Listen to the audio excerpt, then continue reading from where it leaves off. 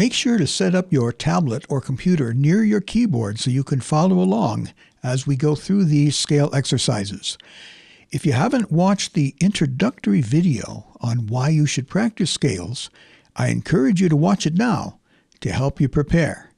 And you'll know why these exercises will benefit you. These scale exercises will take you through one octave, and make sure to start slowly. Follow along with me. I'm going to play through these very slowly, and we'll start with each hand alone. And to give the non-scale playing hand something to do, we will make it sound more interesting by playing a chord in one hand while you play the scale in the other. So I'll demonstrate these exercises in this way, and you can follow along, and then we will play with both hands together. But we're going to start slowly. And then as you get used to playing these exercises, you can play them on your own and begin to speed up a little bit. In this series, I'm going to be using the scales of C, D, E, G, and A major because they all have the same fingering. So that'll be our first set of exercises. And then we'll get to the remaining major scales in future videos, and then eventually we'll get to the minor scales.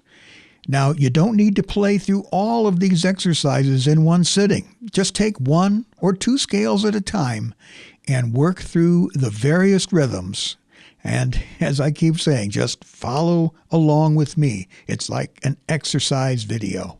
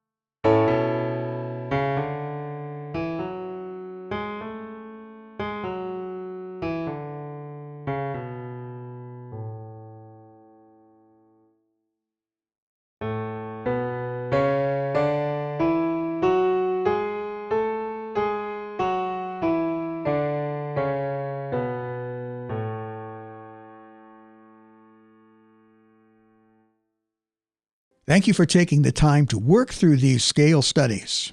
I admire your perseverance, and believe me, you will see the benefits. If you have any questions or comments, you can leave those in the comment section, and I look forward to leading you through some more of these scale exercises.